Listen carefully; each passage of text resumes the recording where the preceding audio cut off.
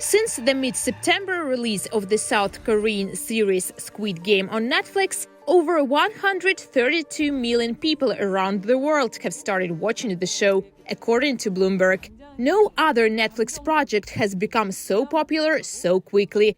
The 9-episode series is about a world where children's games turn deadly. People who are deeply in debt play to win a giant cash prize, but in these games, the loser dies. Despite its dark content, the show was an instant hit. Squid Game comes out. Some people discover it. It's in some people's queues. That's that. Then it starts becoming huge. Then every late night talk show host is talking about it. Pretty soon, everybody at work or on your Zoom call is talking about it. The idea that it really taps into something we can all identify with, or many of us can identify with, which is the idea of being on the edge of an economic disaster. And then the way they handle it. It's a relatively new thing for Americans to enthusiastically embrace a foreign TV show. For so long, I mean, Americans were really known for almost their stubborn, aggressive adherence to not consuming product made in another country. We exported all of our movies and our music and our TV shows, but very few things came the other way.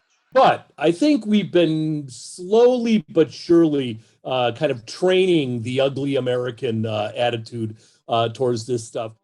Squid Game isn't just a hit in the US and South Korea, it's a worldwide hit. One Beijing cafe, for example, holds workshops for those willing to make sugar cookies, just like the ones in the show. I watched the show and I thought it was very interesting. I was especially impressed by the episode with the cookies. There are a lot of young people among our customers who also love the show. So we decided to give them a chance to make those cookies themselves. And in Moscow, visitors to a Korean cafe chain can play a game involving sugar cookies similar to the one in the show. They need to, using only a needle, carve a particular shape on top of the cookie without crumbling it. My task is to keep an eye on the people. If they lose, I need to bring them their punishment. In our case, it's pepper. We also keep an eye on time. We only give 10 minutes per game.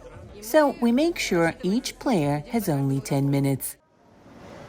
It's still unclear whether there will be a second season of Squid Game. Neither the show creators nor Netflix representatives have made any statements yet. But since Netflix's profits for the show reached about $900 million, it seems to make sense, at least financially. Karina Bafradzhian for VOA News, Washington.